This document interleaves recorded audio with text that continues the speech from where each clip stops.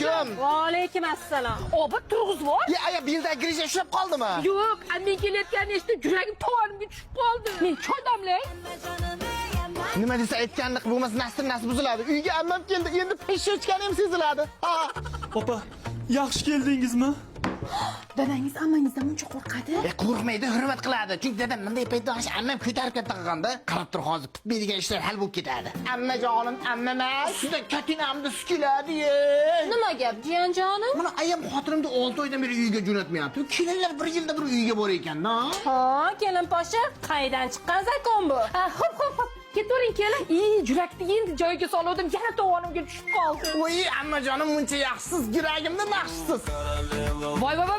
Nima meni jimpercham kiyib oldingiz kelin? Ha, necha kun bo'ldi bu jimper sizniki bo'lib qolganiga? Meni qizlik payti kiygan jimperim-ku. Voy, men ham shuni aytayotgandim-da, kiymang. Bu opamniki-ku, oyoq kiyimlaringizni tozalab qo'ydim. Yaxshi, mantini boshlang. Ha, bo'ladi.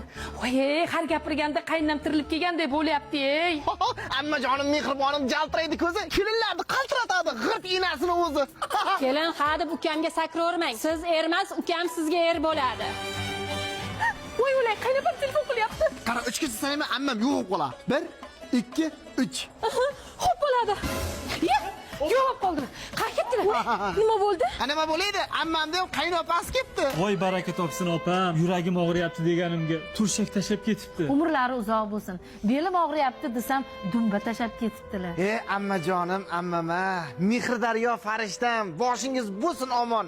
Ammani yomon deydiganlar 100% o'zi yomon. Amma canım